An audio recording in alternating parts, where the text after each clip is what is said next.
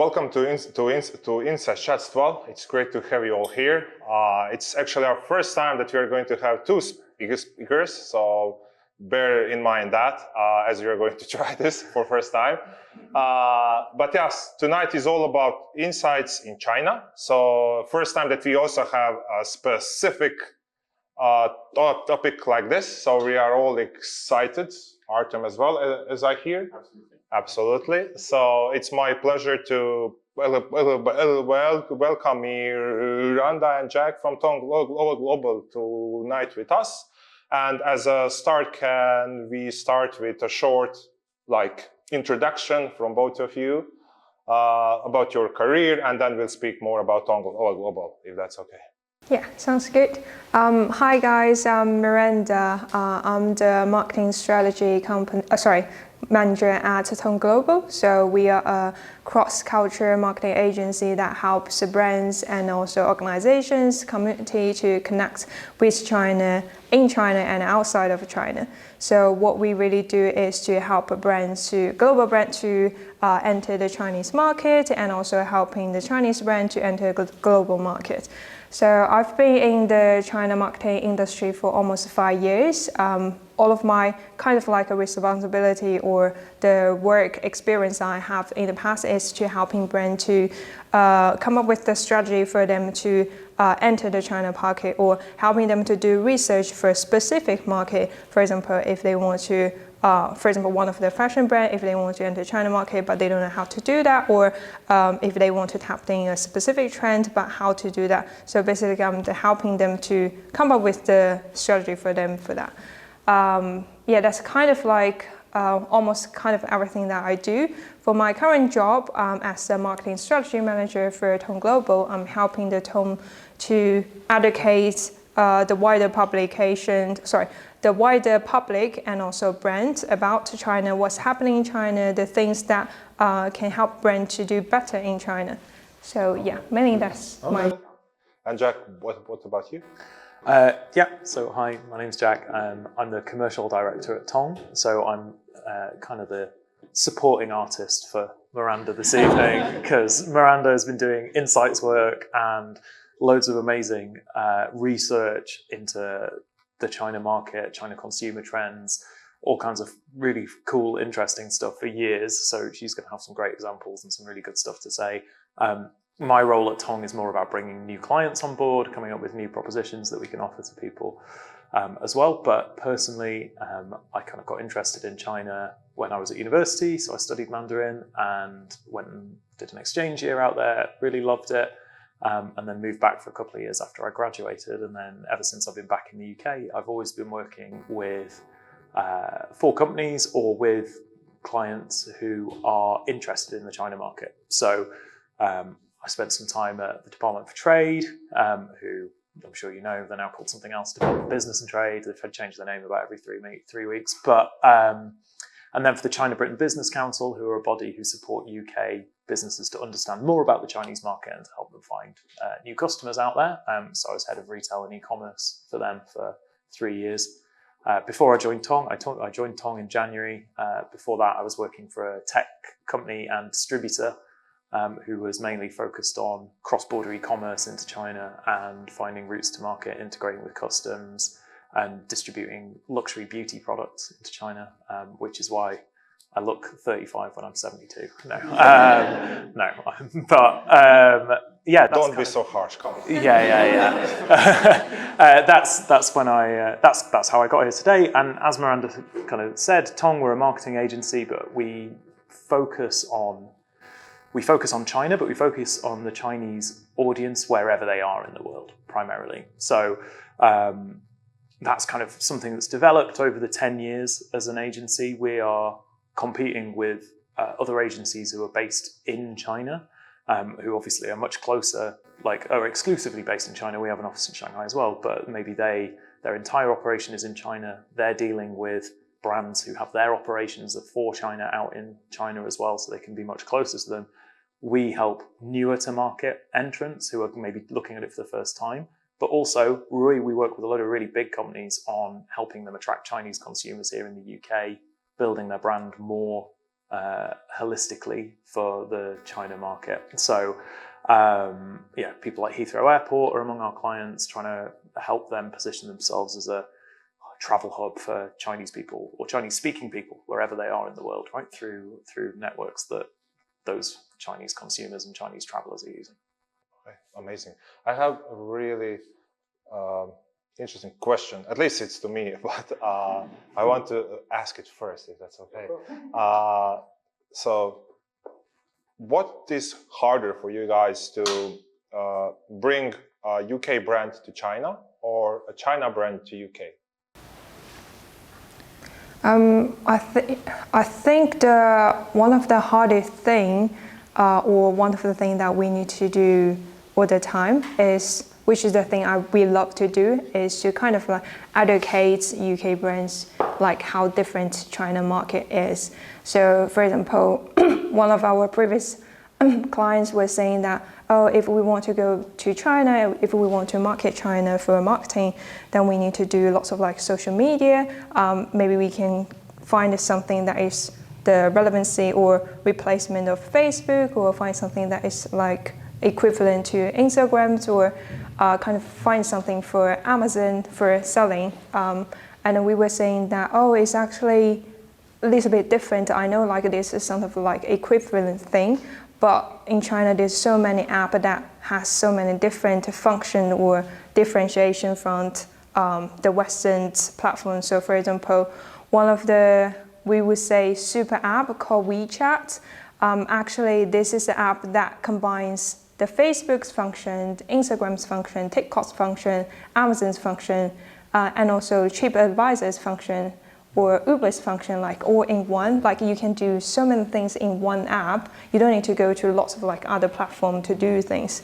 And it's amazing to see like how people used to have it, because if you tell the consumers here, oh, I'm going to combine all of everything here, then people will say, oh no, we don't want to do it, we want to separate things. But for Chinese people, they would love to have everything in one platform because it's really convenient for them to use it. So we are doing kind of like lots of education to telling the clients that, oh, actually, if you're going to go to China or enter the China market, this is the right way for you to do. And then basically kind of like helping them to understand better about this landscape. Yeah. I totally agree. And I think, like, to think about your question, is it harder to take a Chinese brand to the UK or UK to China? And I think that has changed over time quite a lot as well. I think maybe if you went back 10 years, there weren't that many Chinese brands looking to go out, apart from the big tech guys, so people like Huawei and, you know, the big consumer electronic manufacturers and people like that. They were trying to get out, but there weren't many kind of general Chinese brands entering the market.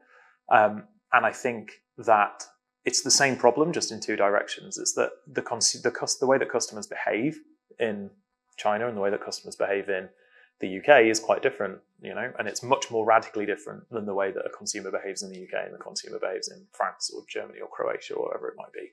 So Miranda gave a really good example there about WeChat and how that's kind of an ecosystem that's built around itself. But also, you know, if I want to buy something online, you know, my first starting point is to Google it, right? If I don't know where to look for it. And Google has become a word in English, right? That means to search for something online. Chinese customer journeys don't start at a search engine. Like there is China's Google, it's called Baidu, but people don't use it in the same way. And actually, people go to Taobao, which is a shopping app, or they go to Look for a Book, which is a social media app, or they go somewhere else to have a look for reviews of products first, or to search for product listings and find out more about the prices. So you don't have the same kind of route into a customer, and it's one of the most common mistakes that brands make in both directions, is just assuming that things work exactly the same for the consumers in the two markets. Can we maybe double click into that? There must be many instances where brands doing it wrong. Is it left or right click? Hey, double click, go all the way in deeper. So it must have happened many times before. So how has this, let's call it, industry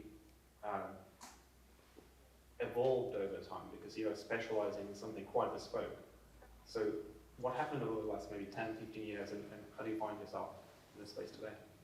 Good question. I think the level of like China knowledge amongst people who are interested in the China market in the UK is still reasonably low, but it's definitely higher than it was a few years ago. And that's partially just a virtue of more people speaking about it, like government bodies putting on like seminars, inviting speakers over and doing things to try and educate people a little bit about the basics of it. And also just that there's more better available information online about China as well. You can just go and Google it and find out kind of a bit more information because there are more organizations like us who've produced guides and who've done things that are more accessible to people. So there's like, you can go away and do your research.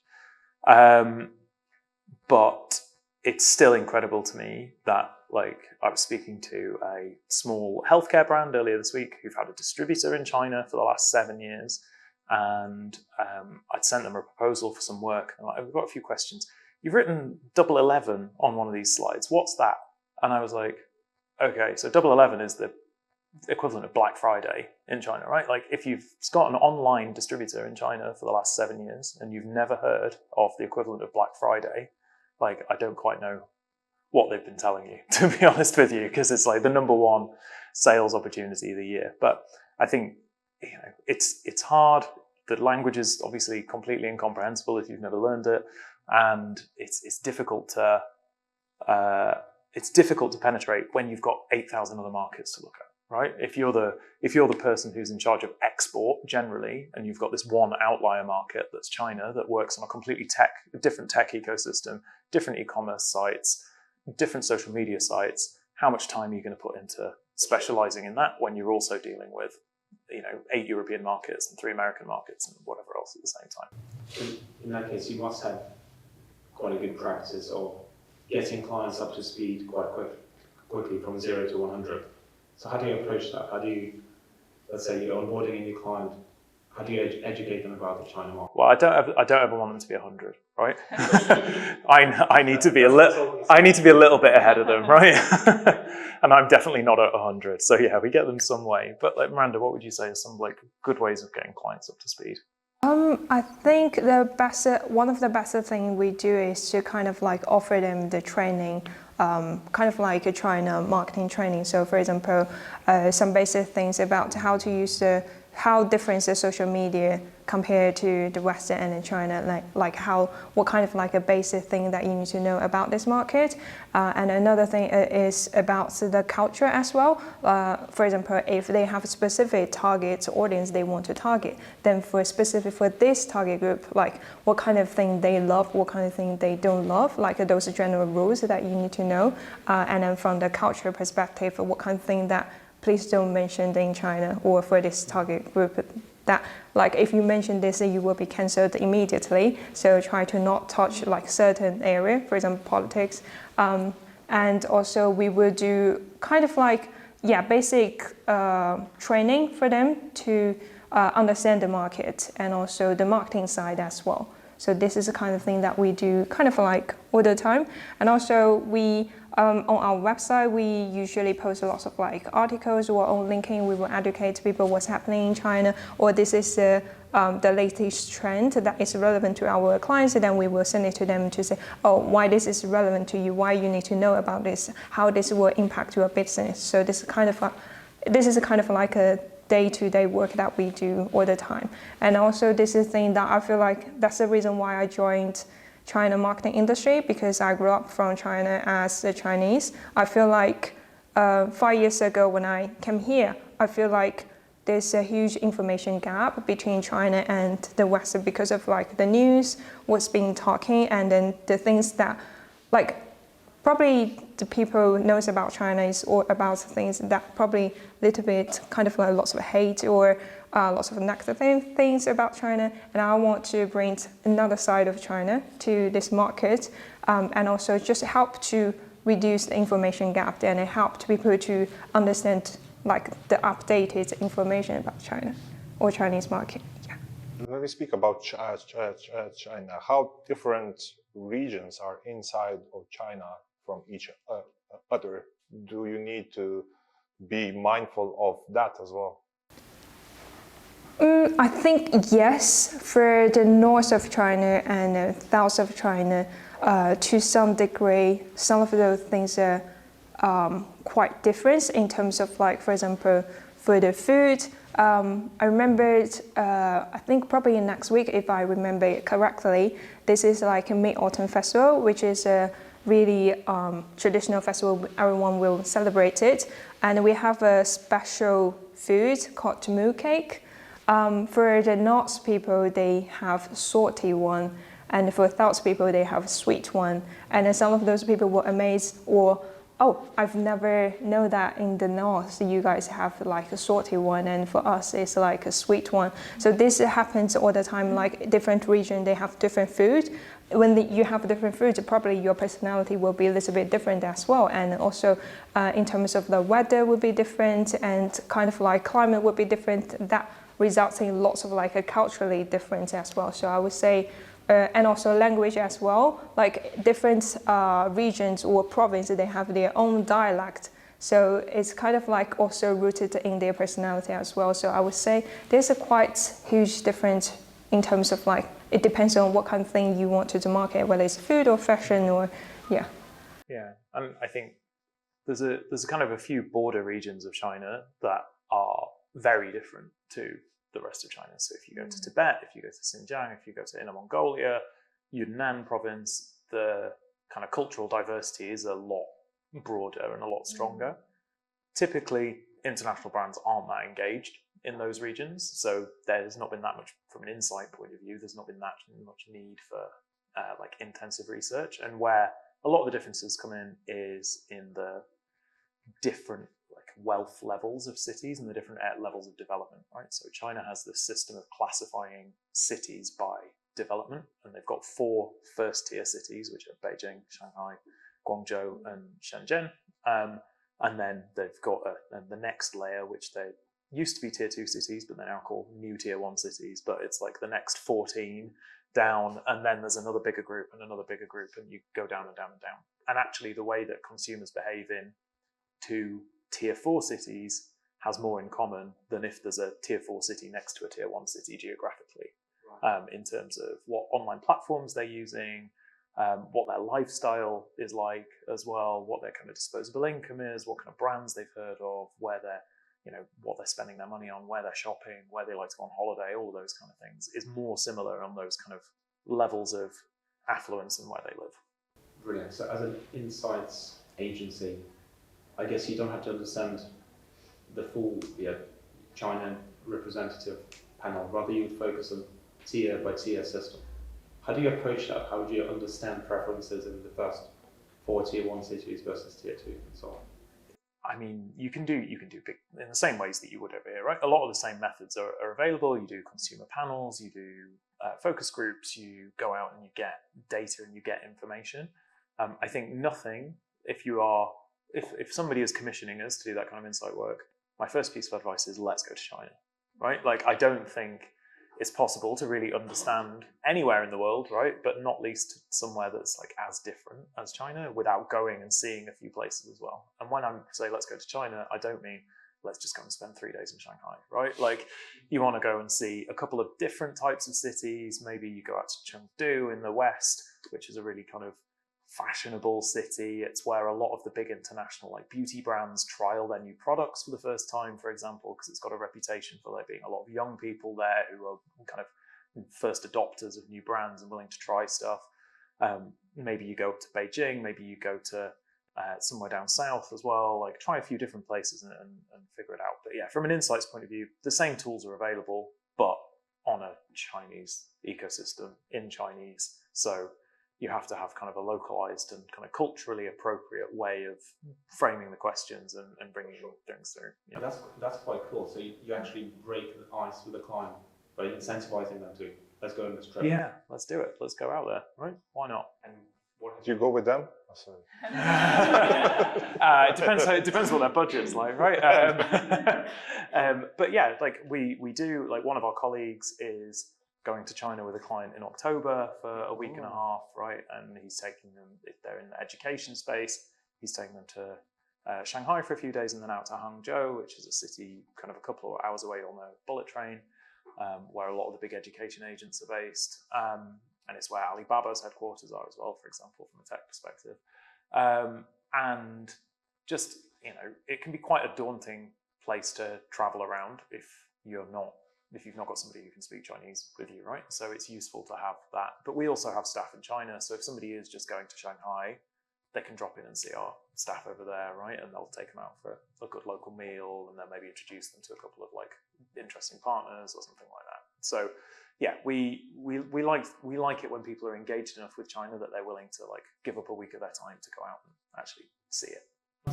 Yeah, one of my previous clients who is a luxury brand, quite famous, they actually asked us to do a kind of 3 days trip in Shanghai, specifically let us to help them to find out where these retailers who have emerging technology that they can learn from, so that they can use or learn from those emerging technology to make their retail experience better in China. Because probably some of you guys know that China is they always after the innovations and also high advanced technology. So those brands or my clients just wanted to know is there anything that they can learn, not just applying for the China's offline retail and also for the global market as well, how those emerging technology can help them for that. So the 3 days we planned Alibaba's headquarters to help them to understand the kind of a broader landscape, and then also help them to find lots of engaging and innovative retailers who have really good technology that they can look around. So it's really good. And also sometimes I also, even for myself, I live here for 6 years. Every time when I go back to China, I will be amazed, wow, this thing exists. I never know this could be possible, or how fast things can be with the technology involved. So it's kind of every time when I go back, it's a new learning session for me as well, to learn how things has been involved in China. I think that's a really good way of thinking about China as well, right? Is that things change super, super quickly, things happen at China speed, but also that Chinese people are really embracing of that change and really willing to try stuff out in a way that I don't know, if I think about my parents or something, it takes them a while to catch up with new technologies or new ways of shopping, or getting a smartphone took them forever, right? It was all kind of things that were challenging for them, whereas older people in China just seem to be straight on it. And I think that's because they kind of skipped a few levels of the they kind of had a cheat code and skipped a few, right? They waited a bit later until they opened up to the rest of the world. And for example, nobody really ever had a desktop computer at home. Everybody just went straight to mobile. So there was no legacy stuff kicking around of people having to design for desktop and mobile, because nobody's looking at things on desktop ever, right? That's just one small example, but that happens in technologies across China. And it's, if you're trying to design a Western website and adapt it for China by adapting the language and doing that kind of stuff, you're really missing the point of what's different about China and how Chinese people behave. Okay, and so myself, I've always heard in China 2 things, everything is on WeChat, as you said, and as I kind of think everything is in QR codes as well. So I was wondering, are they still big on QR codes and stuff like that? Is that still a trend, or that's more a way of doing things there? Yeah, I think QR code is still really big in China. And then, so take some examples. So if you go to take Tube, we use Apple Pay. But for them, for example, if you go to Shanghai's metro and then you want to buy a ticket, they actually offer you a QR code. You scan the QR code and then you don't need to have Apple Pay or something, but they have a specific app that you can use. And then in terms of payment, there's a more advanced one, which is facial recognition. So you don't need to have a QR code to pay anything anymore. You just stand there and then they scan your face and then they know who you are and then you can pay for it. And this connects with Alipay, which is the payment that you have. I know some people looks really shocked. Wow, yeah, it sounds a little bit scary because they know who you are and then they can just you can pay with your face, which is really amazing, but also It's not that different, right? Can you force someone to put his face?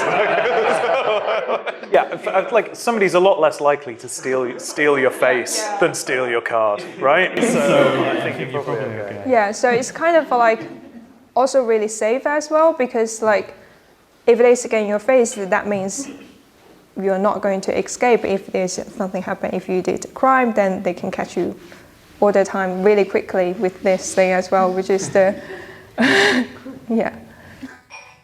There's a huge community of Chinese people in London, in the UK, so many students.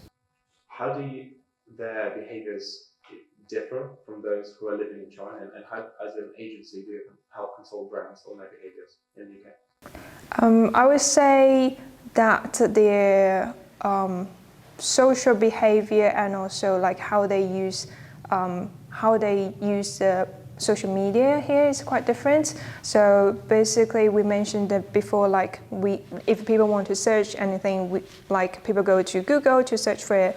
But for Chinese students or community, we always go Little Red Book for things to find an answer, because like if you want to find the best restaurant around the Soho Square area, you go to a Little Red Book, you will always find people's posts who recommend it, because this is a community where you share your authentic opinion about things, or sharing, like if you love something, you will post it there. So which is a really good thing for Chinese community and a student to find the best way or the quickest way for them to find things here. So for example, if you want to travel to Italy, what's the best shop for Chinese people, or what's the kind of like tricks and the tips that you can have for traveling to Italy, and anything that you need to avoid to have, they always share it here, there. And also, for example, what is the best area to live in London? What's the safest place to live in London? What's the best university? Or what's the best fashion brand that you should know? Or what's the like independent store you should visit this weekend? What's the best coffee for study? You always find the answer there. So I feel like this is a thing not too different from the consumers in China, but I would say it's like a difference compared to the consumers here. So this is just like actual way that they have the shortcut to find the answer for all of those things.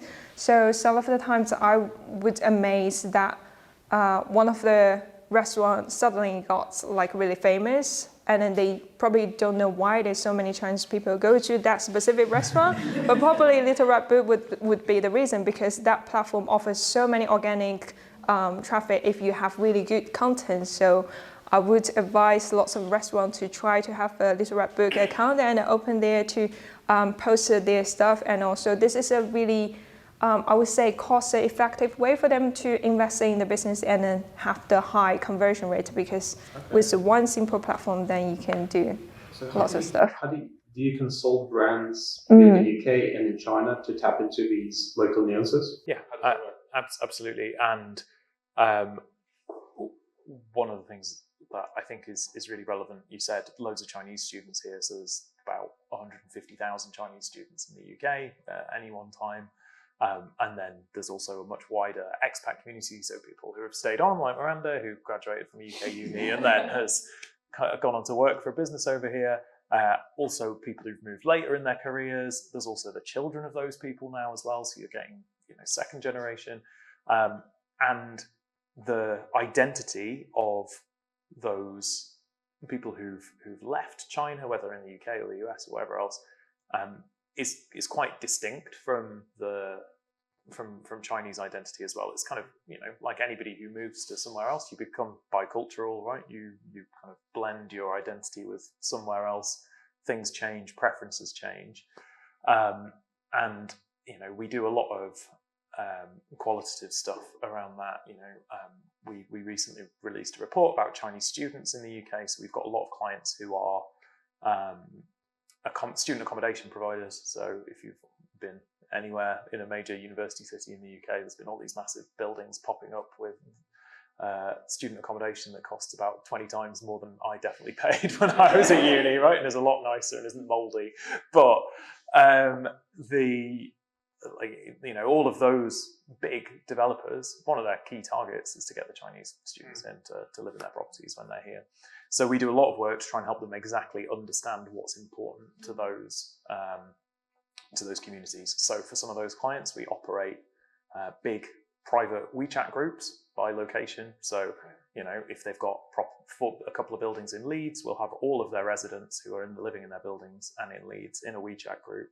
And we can use that as a way of getting feedback on the properties, finding out what their concerns are, like on a day-to-day basis. But then we also do annual surveys for them where we find out what the most important concerns are. It's always safety, right? But there's other things that come up as well. You know, what kind of features they want in the rooms, things that are practical, but then also things that are a little bit softer about how to improve their general like well-being and general enjoyment of their time while they're staying at these residences, so they get a really good reputation. Because as Miranda was saying, Little Red Book, which is a social media platform that's probably the most similar to Instagram of any of the Chinese social media platforms, I think is actually like more interesting than Instagram in quite a lot of ways. The content is a lot more focused on user generated and like organically pushes things that are a bit more real. And there's a lot of influencers and KOCs, right? And you're getting a lot of like content that's being shot for advertising or self-promotion for sure, but it seems to be a better mix than my Instagram feed anyway, which just is dogs and memes, right, as far as I can tell. But that platform, you get the students will review the accommodation that they're living in. They will just, without anybody asking them, they will post about whether they're having a good experience, and particularly if they're having a bad experience, they will post about it on that platform. So doing that management as well as part of what we offer of like trying to help these accommodation blocks manage their reputation and solve the problems their clients getting like posts like dealt with. Basically, if somebody's complaining about the radiator in their room being broken or whatever, right, that shouldn't be the #1 search result when you search for the property. Do you maybe have any examples of companies that you consulted from UK for China or from West, some stories that you can share in China, how it went?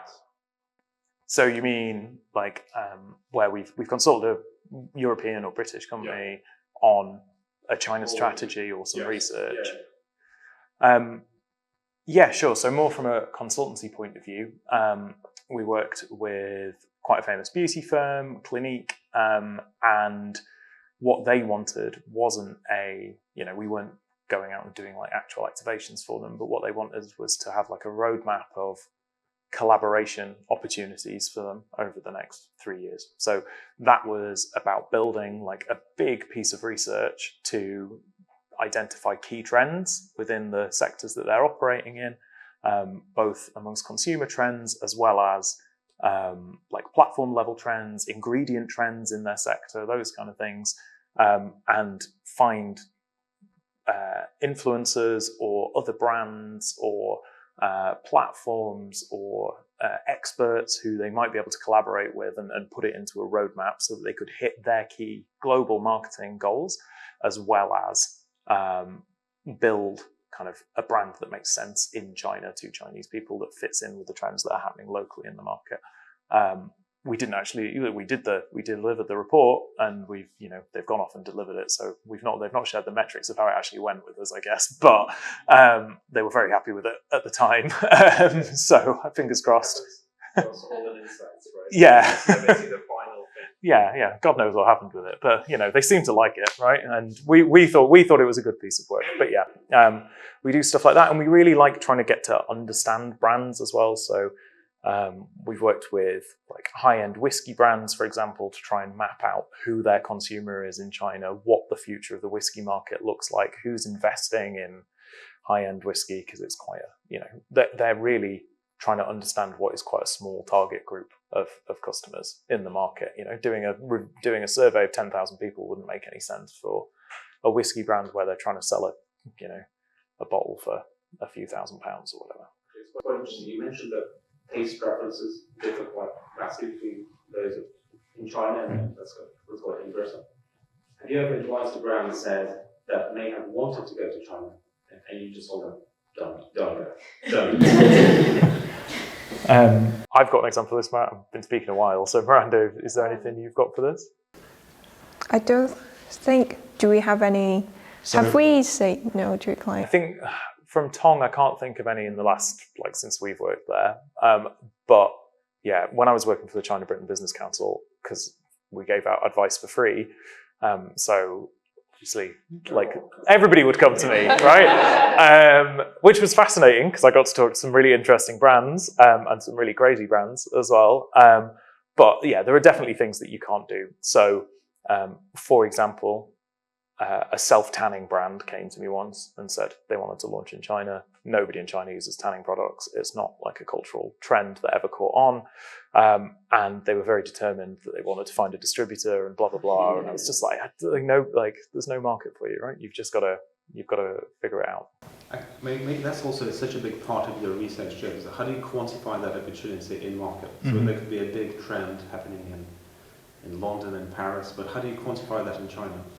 Yeah, and like the honest answer is it's quite tricky a lot of the time. So it's a lot harder to get data. So one of the big problems is third-party data is pretty unreliable in China. There are an increasing number of services that claim to like scrape e-commerce sites for sales data so that you can estimate market quantities and things like that. But how reliable it is, it's not clear. That's also scraping every like Chinese platforms report by GMV, gross merchandise value, which is like anybody who pressed purchase, even if they cancel the order like 0.1 second later, right? And the cancellation rates on e-commerce have gone up to something like 30-35% now for a lot of sectors in China. So it's not really an accurate reflection of what the size of the opportunity is. So it can be really difficult. It's also really difficult to track consumers between different platforms. Like Miranda was saying, there's different ecosystems. So there's like WeChat kind of sits as its one thing. The Alibaba ecosystem has got Alipay inside of it. It's got Taobao. It's got Youku, which is like a YouTube kind of channel. There's a food delivery app. There's kind of various different services that Alibaba own. But then there's also ByteDance, who you'll of course know from TikTok. They've got Douyin in China, as well as kind of various other things. And they don't really talk to each other very much, and you can't track consumers across it. So getting that data is difficult. So you have to do it based on the data that is available, but under the advisory of like how reliable you think it is. You then look at what leaders in the sector are doing and how successful they are, because you can, when a store is successful on Alibaba's Tmall platform or Jingdong or one of the other leading platforms, you can get some insight into how well they're doing reasonably reliably. And then the size of the opportunity really then comes through like analyzing price points, analyzing average like transaction values, things that you can occasionally get access to try and paint a picture of what you think the size of the market is. Really easy if you're in skincare or something that's like fairly generic, right? And it's a nice big market that you can just look at the import numbers for. But if you're doing something that's like, one of the brands that came to me once was specialist swords for fencing, right? And like very, very difficult to figure out what the market size of fencing is in China. Yeah. Okay, we're going to switch to Q&A while our audience thinks about question. I have one more.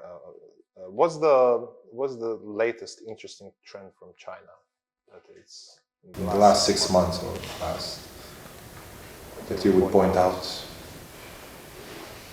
That's a good question.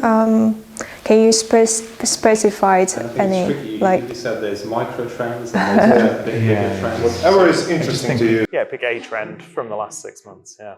Let me think about it. I think one of the interesting thing is the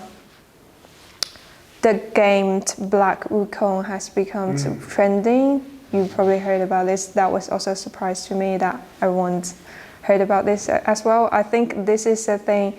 I think it's really interesting that how people has been talk about this here, and it has been trending in China as well.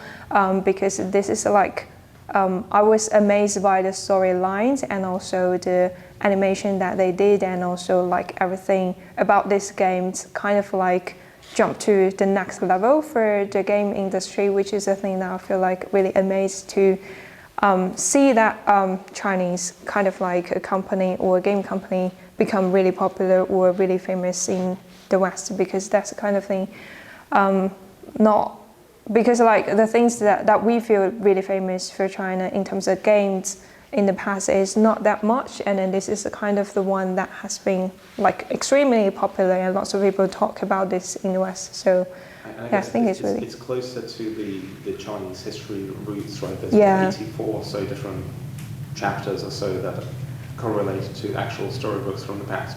Yeah, so I think that was the story. I watched the kind of a TV show and also read the story. And also when I was young, we need to do a test or exam about this story as well. So it's always like something you will remember forever. And then when you see how they show you the image and then the storyline is really amazing. And even like it just remind me of my childhood, and also just amazing how they tell the story to the rest of the world, which is really good as well. 84. How do you know that? Funny, I've got two Chinese data scientists. We have a question. Great. Sorry. Yes. I wanted to ask if you guys can share in like recent memory what is like a brand from the West that has entered the market and been very successful. And then 5 years ago, I remember when I went to China, for some reason, KFC was like everywhere. And I'm not sure what they did as compared to other national brands, let's say, but yeah.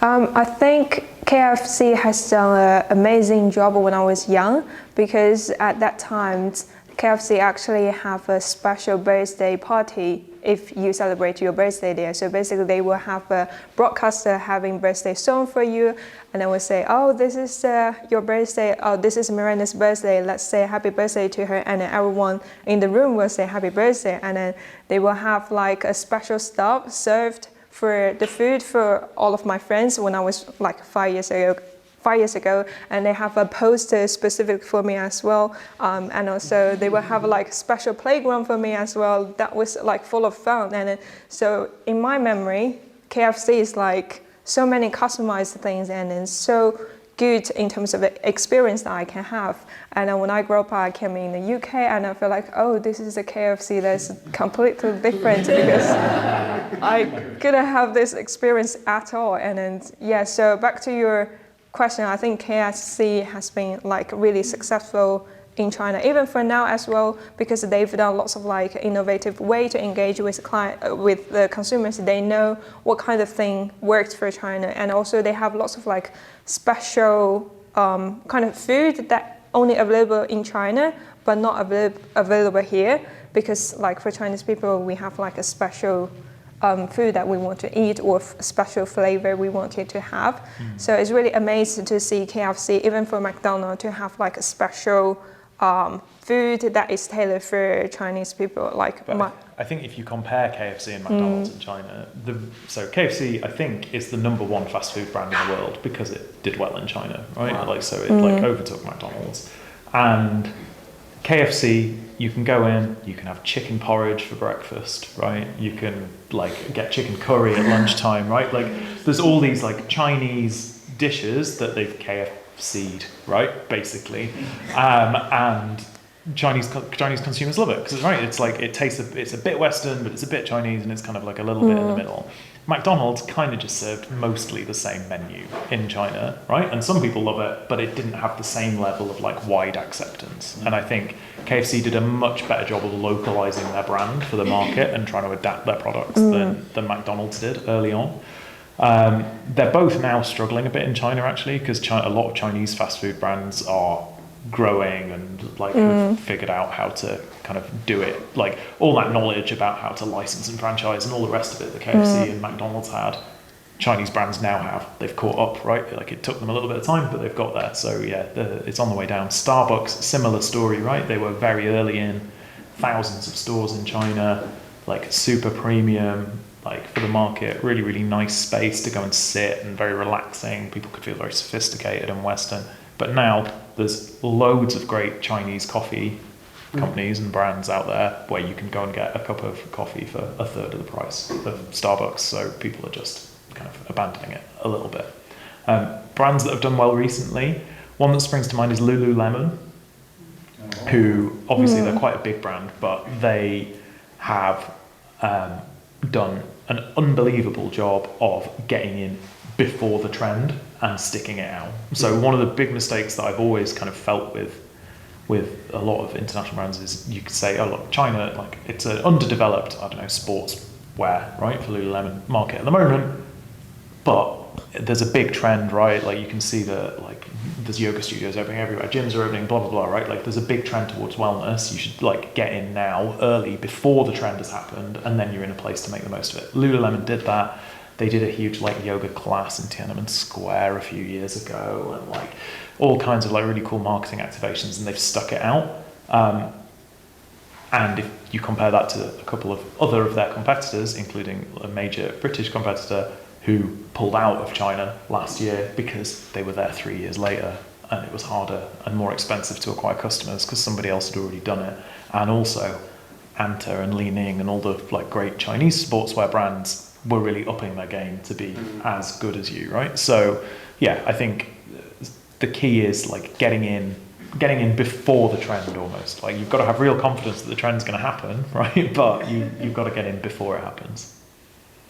Yeah, and also I feel like nowadays for global brands or Western brands, if they enter China, they are facing a huge competition among Western brands and also domestic Chinese brands, because like for Chinese brands, they can act really quickly. If they see the trends and then they see the potential, they will act super quickly to tap into it and then create a campaign for it and then to like tell the story and then resonate very well with the consumers. For the global brands, because like for example their headquarters in France or in other kind of like countries, and the speed for them to taking action is quite slow, which would stop them or prevent them to getting really big or capturing a trend compared to the Chinese brands, because they have the ability to kind of like taking really quick action. So I would say nowadays it's more kind of like competitions among domestic brands and also Western brands. Previously, not, for example, for the, I would say fragrance industry or perfume industry, most of the top players will be Western brands, but over the past few years, like Chinese brands have grown so much, and then because they know the language or they know what Chinese young people are talking about, what they care about, or what kind of language or the words will hit them or resonate well with them. So they play a lot of games in terms of like how to make the name of the perfume that resonates with the specific target group. And also their marketing campaigns, they know how to choose the right influencer or celebrity that can help them to capture certain group of audience. So yeah, I would say, yeah, they are facing quite huge competition amount. It's a tricky market, but with good consultancy. Very good way. Yeah. Okay, I think we had time for one more, but yeah, okay. So I had a really interesting conversation. My question's kind of the inverse actually. What is the main common pitfalls you would say that Western brands fall into when they try and go into the Chinese market?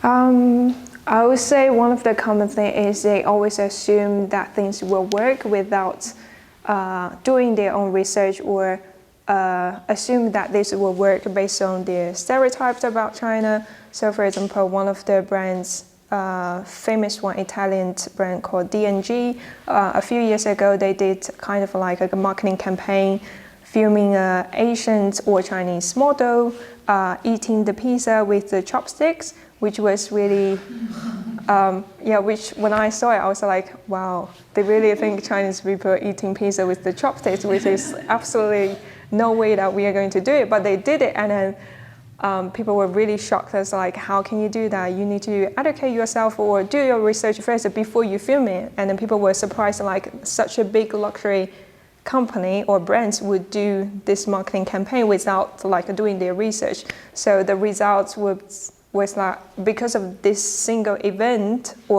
because of this single marketing campaign, they got cancelled by the Chinese consumers, and they tried so many time to come back. Like they did lots of advertising, they did lots of like social media campaigns, so try so many ways. But people, every time when people see this brand, they will always associate them as like this a bit racist to Chinese people. And also even for the influencers who work with that brand, they'll say, oh, why are you working with that brand that is like really not respectful for us? Like, yeah, anything associated with that brand is just not, is all negative now, just because of one, marketing campaign. So that's kind of the pitfall that I feel like lots of brands will fall to. Yeah, and I think like that was an amazing example. I think for more general terms, right? Like I've worked with a lot of small UK brands. We're trying to enter the China market. And if you don't have your own proposition sorted out in your home market before you try and go to China, you're gonna get exposed really, really quickly, right? And it's not. I think there's a little bit of an attitude of like, oh, China's a massive country. They want international products. They'll buy our stuff, right? Like, and there's no more thought gone into it than that. And actually, you need to figure out why Chinese people would want to buy your products, right? In the same way that you should approach any market. Is there a target consumer group for me, and how can I persuade them to buy my products, right? And like plastering a British flag on something is never ever the answer to like a marketing solution, right? Like, oh, people love British products. I don't think they do. Like, I don't think people dislike them. I think it's like it's maybe like a little bit of a reassurance that it was made overseas, right? And it's an authentic product, but that's about it. And quick anecdote about that is Dyson, one of the UK's most famous brands, of course. They did a big consumer survey in China and found out that most consumers thought it was German. And Dyson have done absolutely nothing to try and change that view. We have last one, Laura, right? Yeah. I was just going to ask, because you said about how like technology advances faster in China, and I was going to say, is that a factor that you would think about when talking to brands, that maybe they won't be able to keep up with how fast technology is moving? Because like we were quite shocked by the whole facial recognition thing, so I'm sure there's other things that happen that would be scary for brands. So is that something that you factor in when considering that they would flourish? Yeah, definitely. Do you want me to answer this one, or do you want? Yeah, I don't mind. I think it depends what the brand is going to be doing, right? Like fundamentally, most brands aren't going to be processing Chinese consumers' facial data, right? Like they're going to have a partner in market, like it's a retailer who's stocking their products or whatever. So actually what they're doing is building a brand and selling some products to somebody else who's then selling it to a consumer. Under those, or you're selling through an e-commerce platform who's doing all the difficult tech stuff and keeping up with it, right?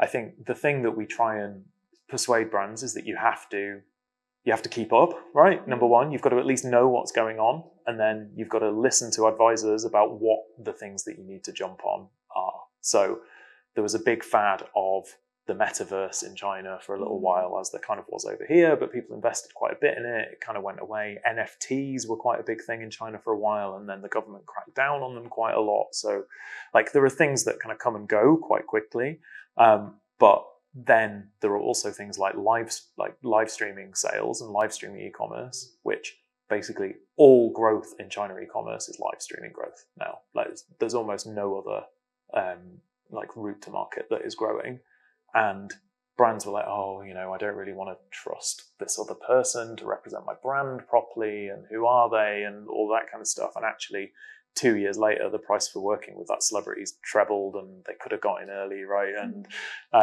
there are things that you need to keep an eye on. But yeah, I think it can be scary, but actually, because you're partnering up, you don't need to deal with most of it. You just need to have some understanding of what's going on, so that you're at least kind of ahead of where you need to be. And then some of the technology, I would say, is fascinating, but it doesn't always work. So for example, for live streaming, Jack mentioned that it's growing really fast in China. So at some point that they started having robots doing live streaming for you 24 hours, because they feel like, because people watching live streaming, if we have a robot, an AI robot that can represent us doing the live streaming for 24 hours, then we will get lots of sales. But actually doesn't work really well because they are robots. They just repeating things.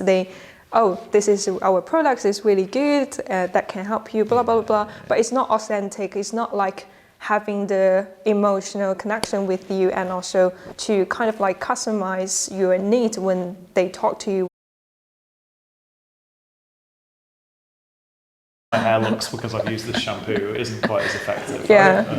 There's a real person. So, Yeah, so lots of brands, they invest quite lots of money for doing AI or like robots for doing live streaming, but it actually doesn't work super well. So they decided to go back to human kind of like live streaming for doing those things. So I think some of the technology will be really good, but some of this thing is a testing, it's kind of testing thing, but probably won't work quite well. Yeah. Do any of you shop on TikTok? Are you TikTok shoppers? Yeah, through live streaming as well. Not live streaming. I find it really interesting, right? Because obviously that's a Chinese company bringing what is a way that Chinese consumers shop and trying to implant it over here, right? So kind of the opposite of what we were talking about before. And I don't know how well it's taking off. I know some brands are doing quite well with it, right? And it seems to work when like the brand founder is the one doing the live streaming, right? There's a bit of authenticity to it and people can ask questions in real time and get advice and all that kind of stuff. But is it gonna, like there's a live streamer in China called Zhang Xiaohui, Teresa Zhang, and she only does 2 live streams a year, and she does about 100 million RMB, which is like 15 million quid or something each time she does it, right? So like it's a real event and it lasts like 14 hours. Like she's on camera for a long time, right? And she stops to read poetry every now and again and stuff. And it's a real thing, right? But I just, I can't imagine, I don't know who's going to be watching it in the UK. Yeah. And she's just one, right? Like, and she's super famous and super successful, but there's other people doing kind of other crazy and impressive stuff with it as well. On that note, and with paying with your face, we are going to close the Inside Chats for tonight. It was a pleasure. Thank you so much, Miranda and Jack. Welcome, thank you. It was quite well. Thank you. Thanks for having us. Thank you for having us as well.